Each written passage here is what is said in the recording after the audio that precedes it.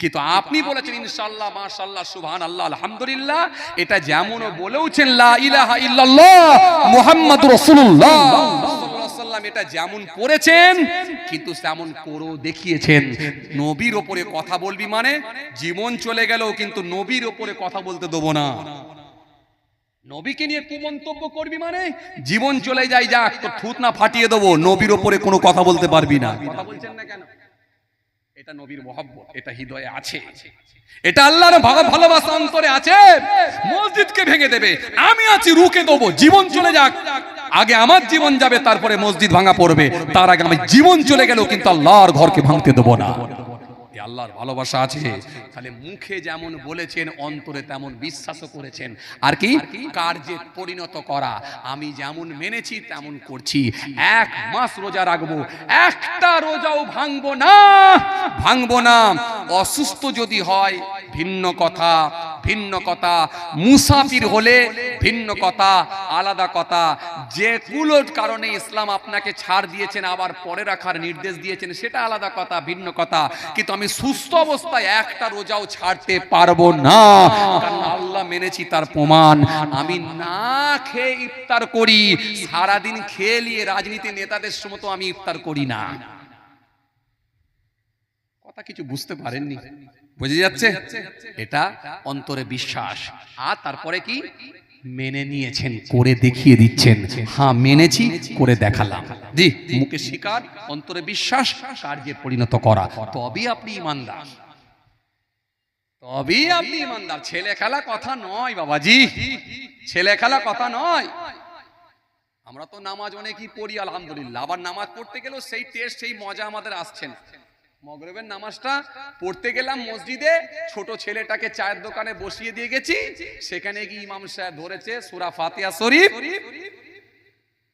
আলহামদুলিল্লাহি রাব্বিল আলামিন আর রহমানির রহিম মালিক ইয়াউমিদ্দিন ইয়্যাকা না'বুদু ওয়া ইয়্যাকা নাস্তাঈন اهدنا الصراط المستقيم صراط الذين أنعمت عليهم غير المغضوب عليهم ولا الضالين।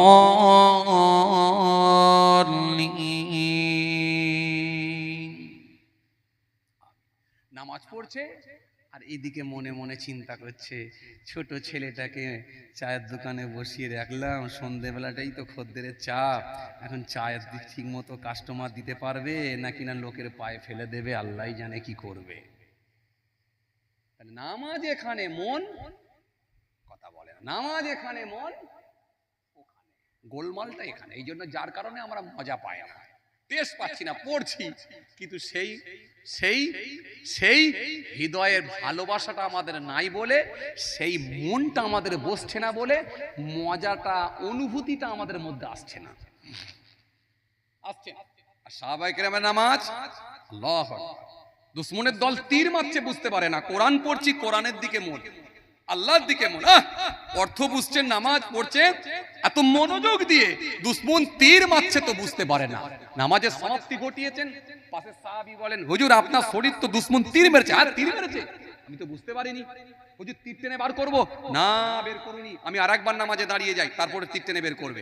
আবার নামাজে দাঁড়িয়ে গেলেন, কোরআন তেলাওয়াত করছেন, এত মনোযোগ দিয়ে, এত সুন্দর অর্থ বুঝছেন। জাহান্নামের বায়ান হলে জাহান্নাম সম্পর্কে বুঝছেন, জান্নাতের বায়ান হলে জান্নাত সম্পর্কে বুঝছেন, এত মনোযোগ দিয়ে কোরআন তেলাওয়াত করছেন, দুই দিকে চোখ দিয়ে পানি ঝরে যাচ্ছে। অন্য সাহাবী তীর টেনে বের করলেন, হুজুর ডান দিকে বাঁ দিকে সালাম ফিরিয়ে বলেন, ভাই তীরটা টেনে বের করলে না? হুজুর টেনে তো বের করে নিয়েছি। আল্লাহর কসম, কখন তীর লেগেছিল তাও জানি না, নামাজে মন ছিল, আর কখন তীর টেনে বের করলে তাও আমি বুঝতে পারি না। রাসূল বলেন, সাল্লু কামা রাআইতুমুনি উসাল্লি, হে আমার সাহাবীরা, যেমন আমাকে নামাজ পড়তে দেখো তেমন নামাজ পড়ো। জোরে বলতে পারেন না সুবহানাল্লাহ? এর পরেও নবী বলছেন, যেমন আমাকে নামাজ পড়তে দেখো তেমন নামাজ পড়ো। আল্লাহু আকবার, যেমন আমাকে নামাজ পড়তে দেখো। তাহলে সাহাবায়ে কেরামদের নামাজ কেমন ছিল একবার ভাবেন। তারপরও নবী বলছেন, যেমন আমাকে নামাজ পড়তে দেখো তেমন নামাজ পড়ো। আল্লাহু আকবার। নবীর নামাজ কেমন? মা আয়েশা সিদ্দিকা রাদিয়াল্লাহু তাআলা আনহা বলছেন, আমার রাসূলুল্লাহ এত নামাজ পড়তেন যে পা মোবারক গুলো ফুলে গিয়ে ফেটে গিয়ে রক্ত বার হতো। রক্ত বার হয়ে যেত। আমি আয়েশা বলতাম, ইয়া রাসূলুল্লাহ, হাবিবাল্লাহ, হুজুর, আল্লাহ তো আপনাকে বেগুনা মাসুম করেছে, আগেও গোনা নাই পরেও গোনা নাই, তো হুজুর আপনার এত কষ্ট হয়, আমি আয়েশা দেখে আমার হৃদয়ে কষ্ট হয়। আল্লাহর নবী বলেন, আয়েশা, আমি কি আল্লাহর নেক বান্দাদের মধ্যে শামিল হব না? আল্লাহু আকবার। যে নবীর আগে গোনা নাই পরে গোনা নাই, সে নবী বলছে আমি কি আল্লাহর নেক বান্দাদের মধ্যে একটু শামিল হব না আয়েশা? আর আমাদের নামাজ, তাই মসজিদ থেকে বেরোলে উড়ি সর্বনাশ, যা আভাব নিয়ে চলছি আমরা।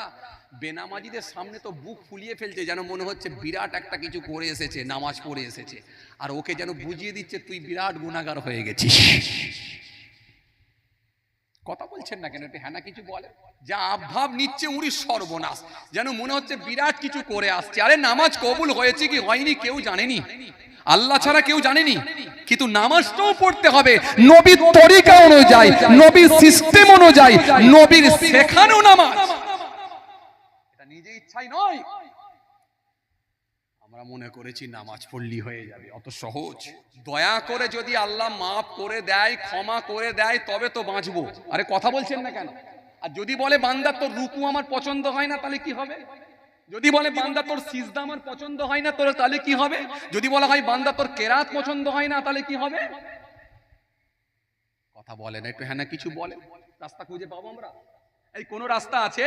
আপনি আপনার মতো নামাজ পড়েছেন, কিন্তু আল্লাহ যদি বলে বান্দা ও কিয়াম আমার পছন্দ হয় না, ও কেরাত আমার পছন্দ হয় না, তুই জাবারের জায়গায় জের পড়েছিস, জেরের জায়গায় পেশ পড়েছিস, আরে তুই কেরাত পড়েছিস, মানে তফাৎ হয়ে গেছে। আর নামাজ ভঙ্গের যে কারণগুলো রয়েছে তার মধ্যে একটা কারণ হলো কি জানেন? যদি অর্থের পরিবর্তন ঘটে, নামাজ পড়তে পড়তে যদি কেরাতে যদি অর্থের পরিবর্তন ঘটে যায়, তাহলে নামাজ ভেঙে যায়।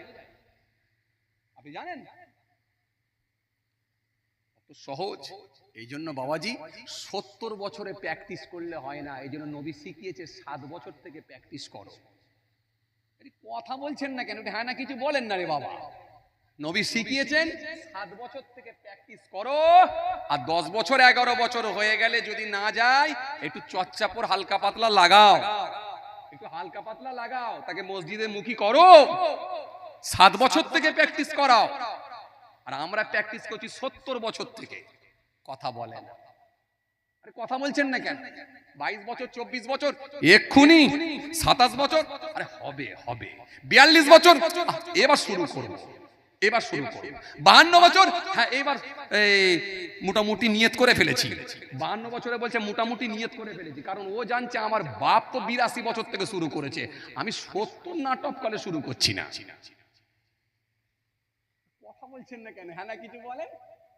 70 হয়ে গেল, সুগার পেশেন্ট হয়ে গেছে, ঘন ঘন পেচ্ছাপ লাগছে, কখনো মসজিদে যাচ্ছে, কখনো রাস্তাতেই কাপড় খারাপ হচ্ছে, আর কথা বলে না। দাঁড়াবার ক্ষমতা ভালো নাই, বসে বসে কখনো হয় তাও কোমর ঝুঁকাতে পারে নাই, আরে কথা বলে না। তখন শখ লেগেছে মসজিদে গিয়ে নামাজ পড়ো। এজন্য যুবক বয়সের ইবাদতটাকে আল্লাহ পছন্দ করে, যুবক বয়সের ইবাদতকে আল্লাহ পছন্দ করে। যে যুবক ছেলেরা এখন গেঁজার টান মেরে, তেরঙ্গার গুটকার আপনার কি বলে মেরে দিয়ে, এখন পান গুটকার মেরে দিয়ে, এখন গেঁজার টান মেরে দিয়ে, এখন লটারি, এখন কি বলে হ্যাঁ লটারি, এখন কি বলে মারামারি, এইগুলোকে নিয়ে যারা এখন বেশি বেছে নিয়েছে, এই বয়সে যদি ওইগুলোকে ডিলিট করে যদি নামাজের সঙ্গে তারা যুক্ত হতে পারত, আল্লাহ বেশি খুশি হয়ে যেতেন, পছন্দ করে নিতেন। বুঝে আসছে বাবা? আমার উপর রাগটা করে ফেলছেন নাকি আপনারা? এটা হ্যাঁ না কিছু বলেন না রে বাবা, রাগটা করছেন। জি আসেন যুবক ভাইয়েরা, লেট করবেন না। 70 বছর পর্যন্ত আপনার বাপ পৌঁছেছিল বলে, 85 বছর 82 বছর পর্যন্ত আপনার বাপ পৌঁছেছিল বলে আপনিও যে ওই বয়স পর্যন্ত পৌঁছাতে পারবেন এর নিশ্চয়তা নাই, এর গ্যারান্টি নাই। তার আগে আল্লাহ আপনাকে ডেকে নিতে পারে, এটাও ভাবেন। আজকের মায়ের পেটের বাচ্চা, ভূমিষ্ঠ হওয়া বাচ্চা আজকেও মারা যাচ্ছে, আরে কথা বলছেন না কেন? 10 মাসের বাচ্চা ভূমিষ্ঠ হওয়া পর 10 মাস বেঁচে ছিল, 10 মাসের বাচ্চাও মারা যাচ্ছে, 10 বছরের বাচ্চাও মারা যাচ্ছে। আপনি 70 পর্যন্ত বেঁচে থাকবেন এর নিশ্চয়তা নাই, এর কোনো গ্যারান্টি নাই। কথা ঠিক বলছি না? এই জন্য 7 বছর থেকে নবী বললেন প্র্যাকটিস করো, 70 নয় 7 থেকে প্র্যাকটিস করো, 7 থেকে স্টার্ট করো, তবে শিখবে। আল্লাহু আকবার, কিয়ামে দাঁড়াবে, চোখ কোন দিকে থাকবে? চোখ থাকবে সিজদার জায়গার দিকে, ইমাম সাহেবের মাথার টুপির দিকে নয়। 70-এ প্র্যাকটিস করলে ইমাম সাহেবের মাথার টুপির দিকে মাথা চোখ থাকবে। কথা বলেন, 70-এ যারা প্র্যাকটিস করেছে ইমাম সাহেবের মাথার টুপির দিকে তাকাচ্ছে। হুজুর গত জুম্মাতে তো আলাদা টুপি পরেছিল, আবার এই জুম্মাতে আলাদা টুপি। হুজুরের কতগুলো টুপি, কথা বলেন না। নামাজ পড়তে পড়তে হুজুরের কতগুলো টুপি। বলেন দেখিনি, চোখ থাকবে কোথায়? সিজদার জায়গায় দিকে। আরে দেখাচ্ছে সেই ইমাম সাহেবের মাথার দিকে না। আবার যদি দুপুরবেলা কারেন্ট চলে যায় ফের সিলিং পাকার দিকে। আরে কথা বলেন না। আবার মাঝে মাঝে ওপর দিকে তাকিয়ে বলছে কারেন্টটা কখন গেছে বাবু, একটু এলুনি, গরম হচ্ছে তো খুব। ওই নামাজ পড়তে পড়তে যে ভাইরা আমার, বন্ধুরা আমার, সাথী মহব্বতের ভাইরা, রাগ করবেন না, আমি বোঝানোর জন্য বলছি। এই জায়গায় আমরা পৌঁছে যাচ্ছি। আল্লাহু আকবার। চোখ থাকবে কোন দিকে? সিজদার জায়গার দিকে। জি, আল্লাহু আকবার। রুকুতে গেলেন, চোখ থাকবে কোন দিকে? পায়ের আঙ্গুলের দিকে বা বুড়া আঙ্গুলের দিকে বা দুই পায়ের ফাঁকে মাঝখানে এই দিকে। রুকুতে যখন যাবেন এতটা হ্যাট হবেন যাতে করে এক বাটি এক পেয়ালা পানি পিঠের ওপর চাপিয়ে দিলে যাতে করে পড়ে না যায়, এতটা গোল হবে। সিজদায় যখন গেলেন আল্লাহু আকবার, সিজদায় গেলেন, নাক গেল কপাল গেল, উঠবেন যখন কপাল উঠলো নাক উঠলো, আল্লাহু আকবার। এই সিজদা থেকে উঠে বসবেন, একটু মাথা তুলে দিয়ে সিজদা মারবেন না। কেন? এই সিজদা থেকে উঠে বসতে হয় কমপক্ষে এক তাসবিহ পরিমাণ সময়। এক তাসবিহ পরিমাণ সময় মানে একবার সুবহানাল্লাহ বা আলহামদুলিল্লাহ বা আল্লাহু আকবার এটা বলতে যতক্ষণ সময় লাগে এই সময়টা দিতে হবে, আর না হলে কি হবে? ওয়াজিব ছেড়ে যাবে। এজন্য কত মানুষ জানে না, ওই যে 70 বছরের প্র্যাকটিস, আল্লাহু আকবার বলে রুকুতে গেল, সামি আল্লাহু লিমান হামিদা বলে সোজা হয়ে দাঁড়াচ্ছে, একটু মাথাটা হাট করে দিয়ে সোজা হয়ে দাঁড়িয়ে গেল। এই যে রুকু থেকে যখন সোজা হয়ে দাঁড়াবেন, এই দাঁড়ানোটা কমপক্ষে এক তাসবিহ পরিমাণ সময় দিতে হবে। এজন্য নামাজের ওয়াজিব আছে, নামাজের ফরজ আছে, নামাজ ভঙ্গের কারণ আছে, নামাজের মাকরু আছে, জাননেওয়ালা ব্যক্তির সঙ্গে জানতে হবে। আসসালামু আলাইকুম রাহমাতুল্লাহ, আস্তে করে ঘাড় ঘুরিয়ে ডান দিকের কাঁধ ফলো করতে হয়। এই আসসালামু আলাইকুম রাহমাতুল্লাহ পূর্ব দিকের জানলা, মসজিদের জানলা এই দিকে না হয়, ওইদিকে মসজিদের জানলা। ও চাচার স্টিয়ারিং ঘোরানোর কি কায়দা রে ভাই! আসসালামু আলাইকুম রাহমাতুল্লাহ, পুরো মসজিদের জানলা, পুরো ওই দিক দিয়ে পাড়া, স্টিয়ারিং এমন ঘোরাচ্ছে যাতে করে একটু মিস না হয়। না, অত জোরে কেন? ঘাটটা আস্তে করে ঘুরিয়ে ডান দিকের কাঁধ, ঘাটটা আস্তে করে ঘুরিয়ে বাঁ দিকের কাঁধ, এই কাঁধ ফলো করতে হয়, সিস্টেম আছে। যাক, আমার কথা রাগ করছেন না আপনারা? একটু বোঝানোর জন্য বলছি বাবাজি, আমার ভাইরা। খুব ভালো লাগছে আজকের মাহফিল, অনেক মানুষের সমাগম, আল্লাহর শুকর। যখন উঠেছিলাম অল্প মানুষ, মনটা একটু খারাপ হচ্ছিল। আলহামদুলিল্লাহ যে সস্তানগাছিতে কি রোগ, আজকে লোকজন সেরকম হবে না নাকি? যাক আলহামদুলিল্লাহ, অনেক মানুষের সমাগম হয়েছে, আল্লাহর শুকর। চলুন, বলতে বলতে বলতে বলতে আমি অনেক দূর চলে এলাম। কোথায় ছিলাম বলেন দেখিনি? কোথায় ছিলাম বলেন দেখিনি? একটা ওয়াচ করছিলাম, করতে করতে নামাজের ওই দিকে চলে এলাম। এর কোথায় ছিলাম বলেন দেখিনি? হ্যাঁ, সাগরে ছিলাম। সস্তানগাছিতে আছি বলে সাগরে, কি বিপদে বলেন। আমি বলছি কোথায় ছিলাম বলেন দেখি, সাগরে। মানে হুজুর সাগরের ওয়াজ করছিলেন এটা বলেন? সাগরে? আমি সাগরে আবার কখন গেলাম? যাক মাশাআল্লাহ, একটু ভালোবাসার ভাইরা বললেন, একটু মন খুলে বললাম আর কি, একটু মজা করে বললাম। আসেন খেয়াল করেন, হ্যাঁ ছিলাম কোথায়? সাগরের ওয়াজ করছিলাম। সাগরের উপরে আল্লাহর মনোনীত বান্দা হযরত ইব্রাহিম খলিলুল্লাহ দুরাকাত করে মতির মেম্বারের সামনে নামাজ আদায় করলেন। জোরে বলবেন না সুবহানাল্লাহ? নামাজ আদায় করলেন। হে তরুণিয়া নওজওয়ান জওয়াকেরা, ইয়া ভাই মুরব্বিয়ানেরা, বাবারা শুনে রেখে দিন, কিতাবের মধ্যে পাওয়া যায় হযরত ইব্রাহিম খলিলুল্লাহকে সাথে করে নিয়ে আল্লাহর মনোনীত বান্দা, আল্লাহর খাস বান্দা সাগরের উপর দিয়ে হাঁটতে লাগলেন। হেঁটে হেঁটে হেঁটে হেঁটে হেঁটে হেঁটে বহু দূর যাওয়ার পরে একেবারে কেনারায় গিয়ে উঠে পড়লেন। যেখানে গিয়ে উঠলেন ওই কেনারায় উঠে ওপরে উঠে তিনারা দেখতে পেলেন মসজিদে আকসা বাইতুল মুকাদ্দাস। সরে বলবেন না যে মসজিদকে দখল করে নেওয়ার চেষ্টা চালাচ্ছে ইহুদিরা। জি, বাইতুল মুকাদ্দাস পৃথিবীর সর্বপ্রথম যে মসজিদ হযরত সুলাইমান আলাইহিস সালাম জিনেদেরকে নিয়ে তৈরি করেছিলেন এই মসজিদ বাইতুল মুকাদ্দাস। জি, মসজিদে আকসা, যে মসজিদের দিকে মুখ করে নামাজ পড়া হতো। সারা বিশ্বে একটা মসজিদ, একটা মসজিদের একটা মেহরাব হয়, আর একদিকে মুখ করে পশ্চিম দিকে মুখ করে নামাজ পড়তে হয়। কিন্তু মসজিদে যো কিবলাতাইন, আপনি মদিনা শরীফ যাওয়ার পথে দেখবেন সে হাজী সাহেবেরা গিয়ে সেখানে নামাজ আদায় করেন, সেই মসজিদের দুই দিকে মেহরাব করা আছে। রাসূলুল্লাহ সাল্লাল্লাহু আলাইহি ওয়াসাল্লাম বাইতুল মুকাদ্দাসের দিকে মুখ করে নামাজ পড়ছিলেন। নামাজ পড়তে পড়তে খালি এতটুকু মন চেয়েছে, আল্লাহ আমার উম্মতদের জন্য যদি কাবাকে কিবলা বানাতেন, আমি রাসূলুল্লাহ আমার মনটা জানটা ঠান্ডা হয়ে যেত। সঙ্গে সঙ্গে আল্লাহ কোরআনের আয়াত জানালেন, সঙ্গে সঙ্গে আমার আল্লাহ বললেন সায়াকুল, সঙ্গে সঙ্গে আমার আল্লাহ বললেন ফাওয়াল্লি ওয়াজহাকা শাতরাল মসজিদুল হারাম। আয় আমার হাবিব, আয় আমার দোস্ত, আয় আমার বন্ধু, হ্যাঁ রাসূলের মন চেয়েছে খালি, জি রাসূলুল্লাহর মন চেয়েছে কদ নারা তাকাল্লুবা ওয়াজহিকা ফিস সামা ফালানুওয়াল্লিয়ান্নাকা কিবলাতান তারদাহা ফাওয়াল্লি ওয়াজহাকা শাতরাল মসজিদুল হারাম। রাসূলুল্লাহর খালি মনটা চেয়েছে, আল্লাহ যদি কাবাকে কিবলা বানাতেন আমার জানটা ঠান্ডা হতো। আল্লাহ বলেন কদ নারা তাকাল্লুবা ওয়াজহিকা ফিস সামা, আমি দেখেছি আপনার মাথা, আপনার মুখ বারে বারে আকাশের দিকে উত্তোলন হচ্ছিল।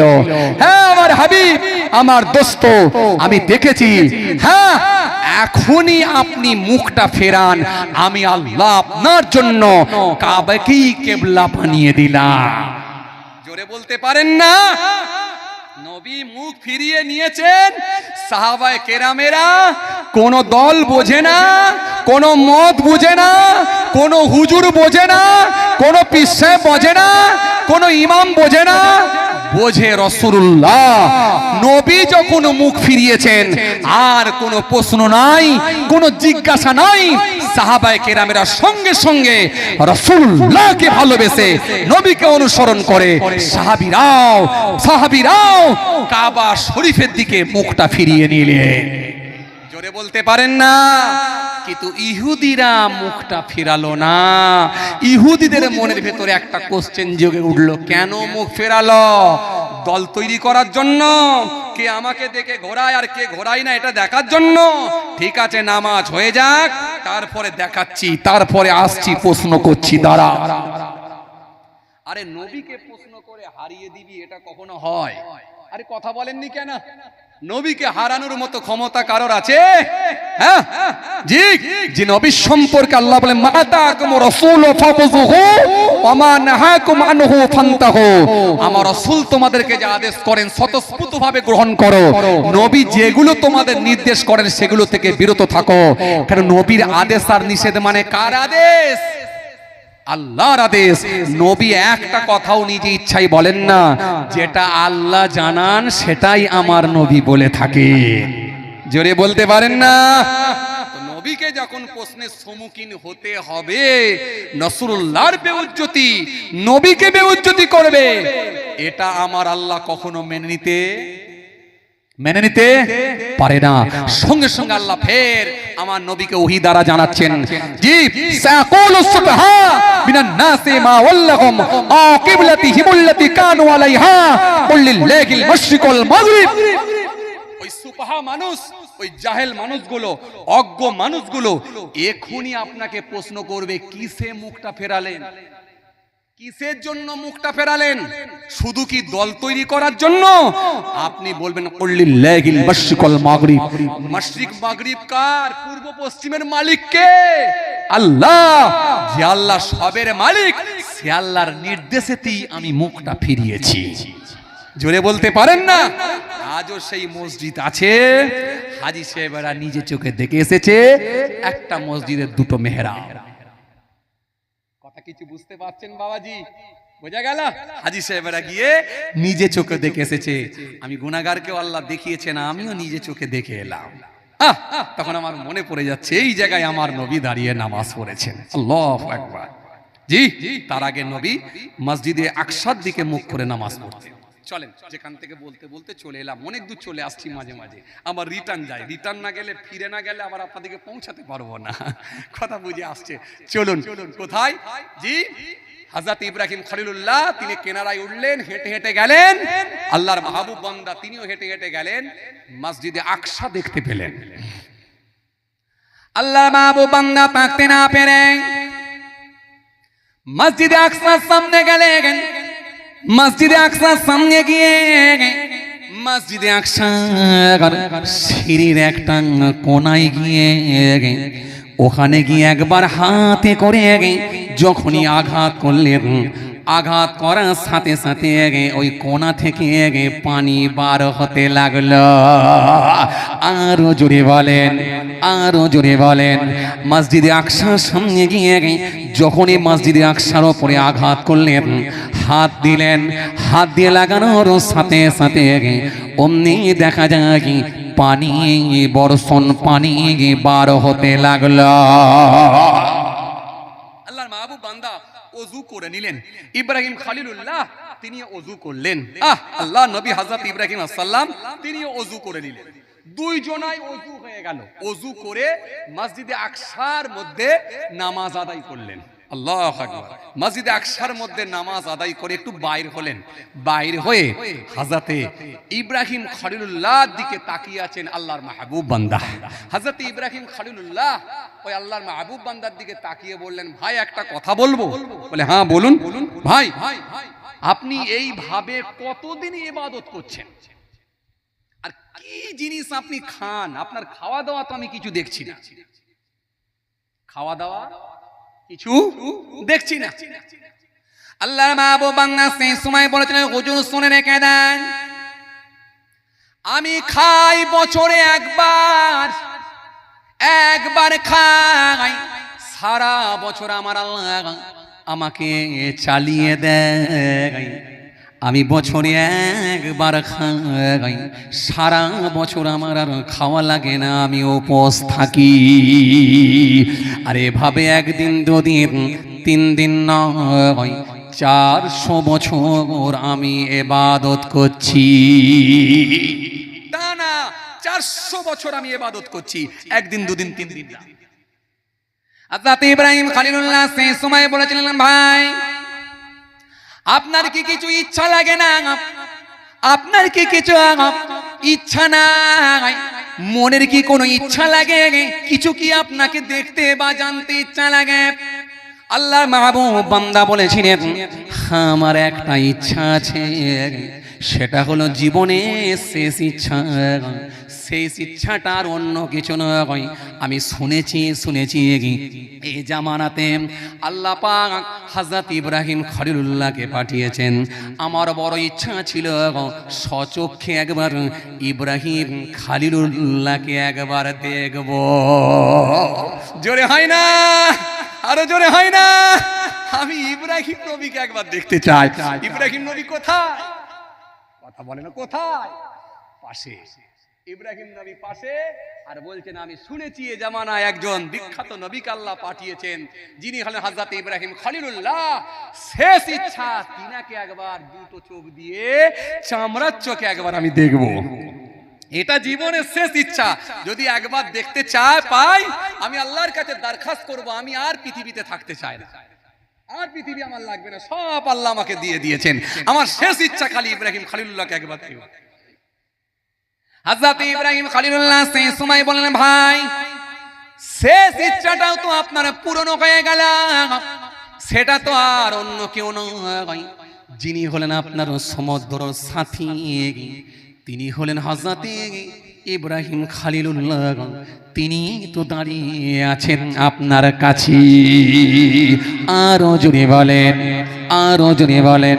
হযরত ইব্রাহিম খলিলুল্লাহ আর যখনই এই কথা বলে দিয়েছেন আল্লাহর মাহবুব বান্দা সহ্য করতে পারলেন না, সঙ্গে সঙ্গে আল্লাহ দরবারে হাত দুখানা তুলে দরখাস্ত করলেন।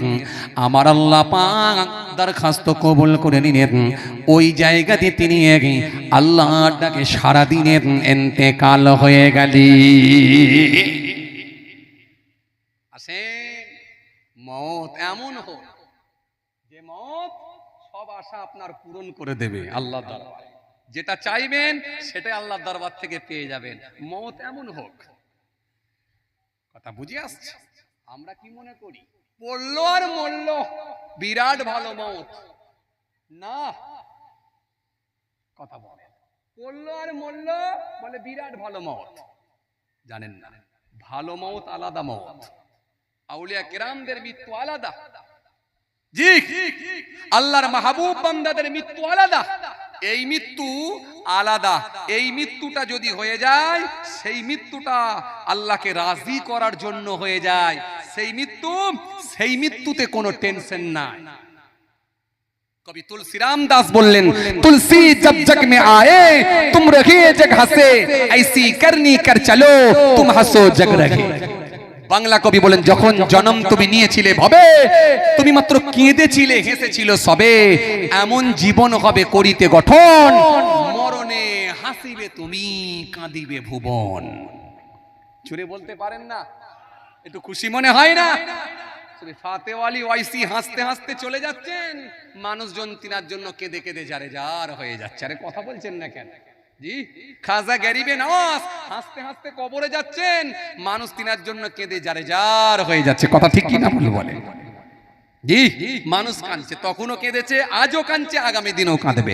বড় পীর আব্দুল কাদের জিলানী হাসতে হাসতে কবরে যাচ্ছেন, মানুষ তখনও কেঁদেছে, আজও কাঁদছে, আগামীতেও কাঁদবে।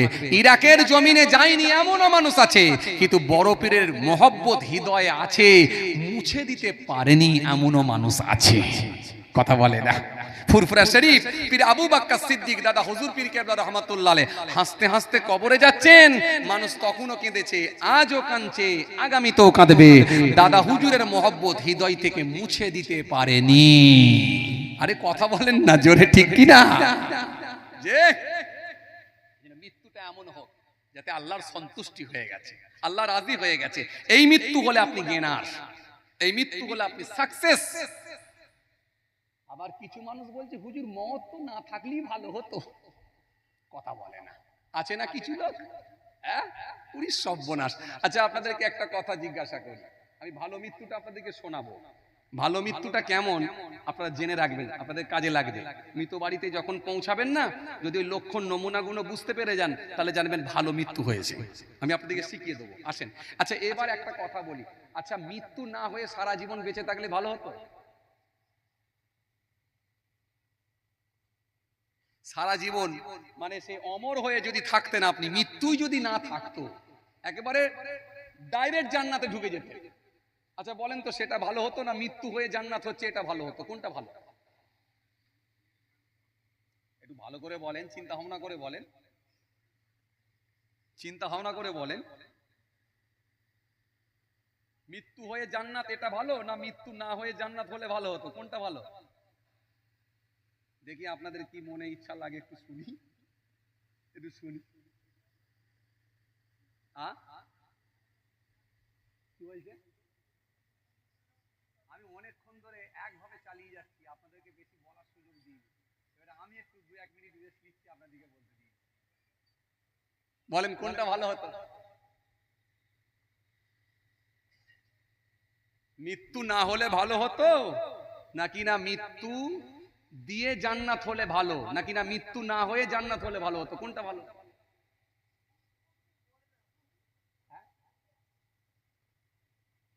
রুহু না মরলেও চাচা, রুহু তো চলে যাচ্ছে ঠিকই আছে, কিন্তু আপনাকে আমাকে তো এখানে রাখবে না। এই যে আমি বলছিলাম না বয়স্ক লোকের এক্সপিরিয়েন্স আলাদা, বলছিলাম না প্রথমে বলেছিলাম ওয়াজ করার আগে, মনে আছে? শুরু করার আগে একটু বলছিলাম, কি বলেন তো, যে এমনও বয়স্ক লোক আছে যে আমার বয়সের থেকে ওয়াজ শোনার বয়স বেশি দিন হয়ে গেছে, কারণ আর তার প্রশ্ন আলাদা করবে। আচ্ছা একটা প্রশ্ন মারলো, রু তো হুজুর মরছে না, কিন্তু রু না তা চলে গেলেও কিন্তু আপনার আমার বডি তো এখানে রাখবে না। বডিটা থাকলে ছেলে মেয়েরা শান্তি পেত কি পেত না? কোনটা ভালো হতো? আপনি আমি এখানে থাকলে ভালো হতো না মৃত্যুর পরে জান্নাত ওটা ভালো? কোনটা ভালো? চাচা বলছে মৃত্যুর পরে জান্নাত ওটাই ভালো, আপনারা কি বলেন কোনটা ভালো? এই ভাইও বলছে মৃত্যুর পরে জান্নাত হলে ভালো। আচ্ছা যদি তাই হয় তাহলে এখান থেকে ভাঙর হসপিটাল, ওখানে না হলে কলকাতা পিজি হসপিটাল, ওখানে না হলে আপনার কি বলে বাঙ্গুর হসপিটাল, ওখানে না হলে চেন্নাই হসপিটাল, ওখানে না হলে ব্যাঙ্গালোরে নিয়ে যাও হসপিটাল, তা ছুটছে কেন মানুষ? কথা মনেই বোঝে না। মৃত্যু হলে তো ভালোই হয়, আপনি তো বলিয়ে দিয়েছেন, তাহলে বাঁচাবার চেষ্টা করছে কেন? তো আসল জায়গায় আসেন না, দুনিয়ার মায়া ছাড়তে, আরে কথা বলে না, দুনিয়ার মায়া ছাড়তে কেউ পারে না। এটা হলো দুনিয়া, হ্যাঁ এটা হলো দুনিয়া। দুনিয়ার ভালোবাসা, দুনিয়ার মোহাব্বত কেউ ছাড়তে চায় না, ছাড়তে চায় না। এই জন্য সর্বোচ্চ চেষ্টা চালায় মানুষ, কথা ঠিক কি না? যার যেমন পয়সা তার সেরকম চেষ্টা। কিন্তু মৃত্যু অনিবার্য 100%। মৃত্যুর যে সময় আল্লাহ নির্ধারণ করেছেন 1 মিনিট আগেও হবে না, পরেও কথা বলে পরেও ইযা জা আজালুহুম লা ইস্তাখিরুনা সাআতাও ওয়া লা ইস্তাকদিমুন।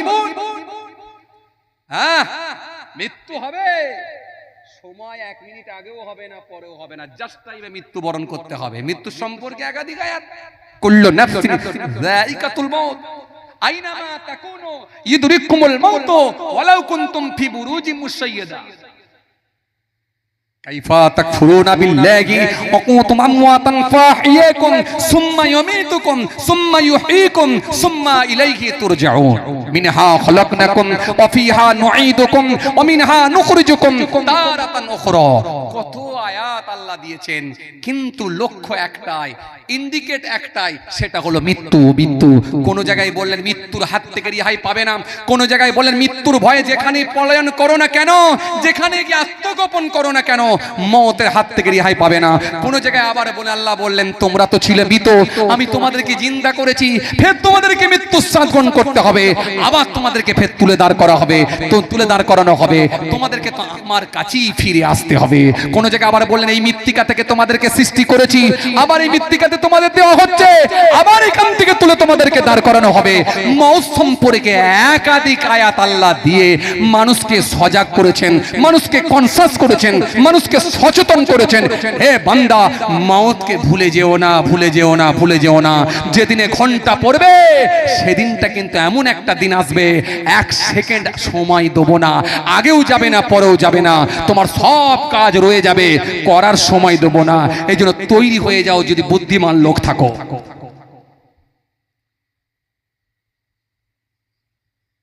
একটা কথা বলি, মুসা কালিমুল্লাহ ঠিক এই প্রশ্নটাই করেছিলেন, আল্লাহ আপনি তো সর্বশক্তিমান সর্বক্ষমতাবান, আপনি তো মৃত্যু নাই দিতে পারতেন। মানুষ যখন মারা যায় কত খারাপ লাগে আল্লাহ, সকলে কন্দন করে, কান্না করে, তার পরিবারে বাড়ির সব লোক কাঁদছে, আর তাকে তুলে নিয়ে গিয়ে নিষ্ঠুরের মতো তুলে নিয়ে গিয়ে কাঁধে করে নিয়ে গিয়ে কাফন টাফন পরিয়ে দিয়ে সুন্দর করে গোসল দিয়ে তুলে নিয়ে গিয়ে দাফন করে দেওয়া হয়। আল্লাহ আপনি তো সর্বশক্তিমান, আপনি তো নাই মৃত্যু দিতে পারতেন। আল্লাহ বললেন আমি যে মৃত্যু দিই একটা উদ্দেশ্য আছে মুসা। মুসা নবীর সঙ্গে তো আল্লাহ তুর পাহাড়ে কথোপকথন হতো, কথাবার্তা হতো। মুসা এর একটা উদ্দেশ্য আছে তো আছে, কেন আমি মৃত্যু দিই? আচ্ছা মুসা তুমি জানতে চেয়েছো যখন তোমাকে একটু বলি। মুসা এটা তো তোমার 1 নম্বর প্রশ্ন, তোমার ভেতরে তো আমি দেখতে পাচ্ছি আরো কতগুলো প্রশ্ন ঘোরপাক খাচ্ছে, তুমি কেন করছো না মুসা? আরো তো কতগুলো প্রশ্ন দেখছি ঘোরপাক খাচ্ছে, তুমি কেন আমাকে করছো না মুসা? আল্লাহ আপনি তো অন্তরের খবর জানেন, সবই জানেন আল্লাহ, নিশ্চিত ভাবে আমার ভেতরে আরো কয়েকটা প্রশ্ন ঘোরপাক খাচ্ছে। আল্লাহ বলে 2য় নাম্বার প্রশ্নটা করো মুসা।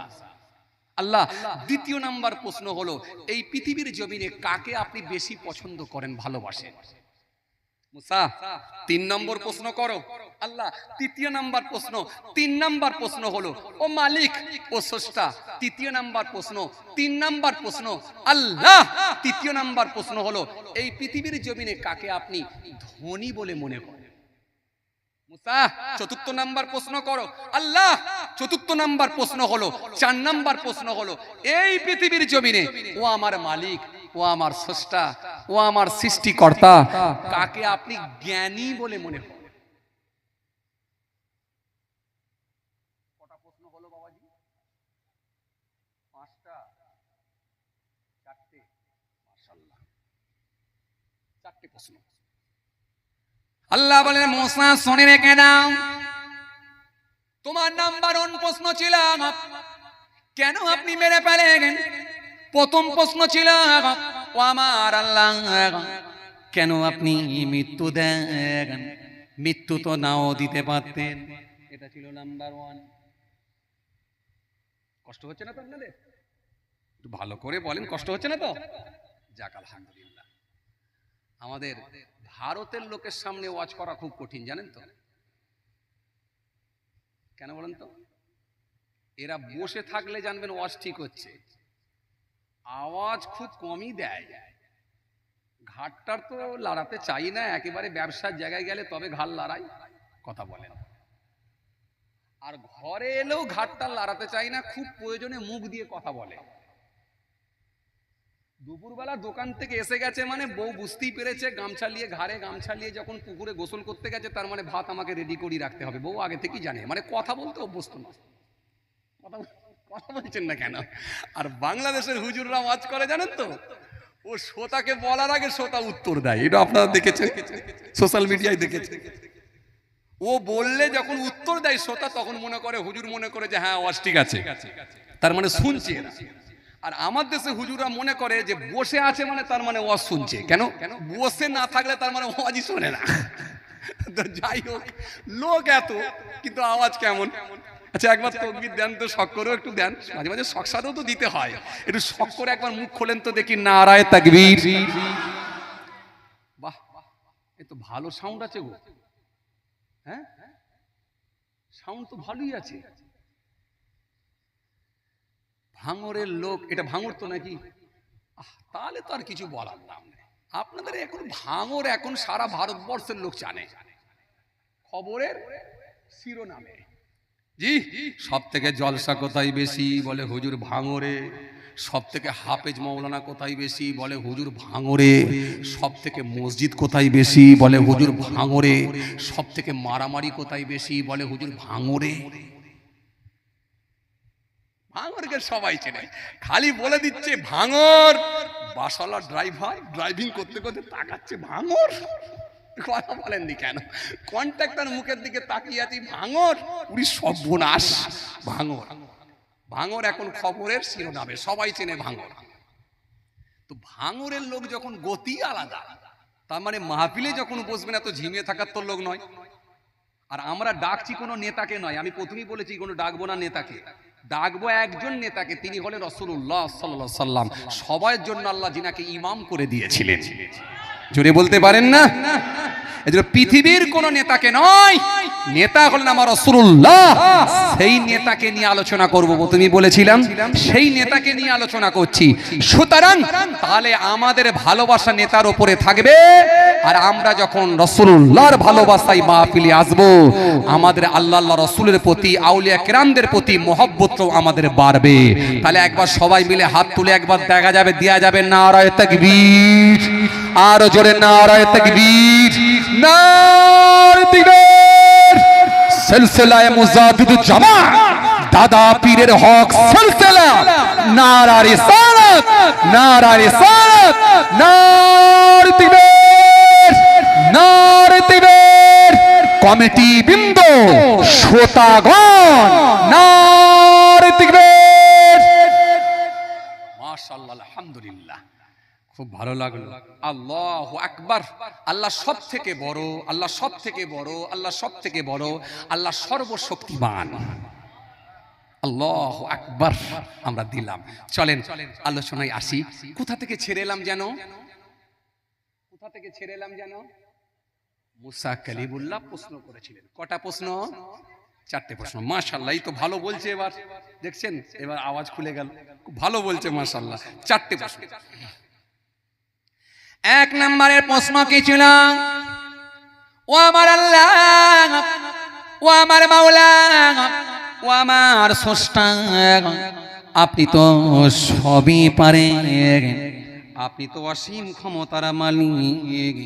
ও আমার আল্লাহ, আপনি তো মৃত্যু নাও দিতে পারতেন, কেন আপনি মানুষকে মেরে দেন, মৃত্যু দেন?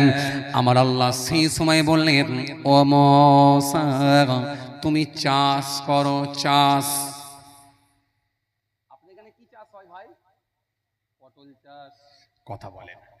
পটল চাষ, টমেটো চাষ, ধনেপাতা চাষ, লাউ চাষ, ঝিঙে চাষ, করেলা চাষ।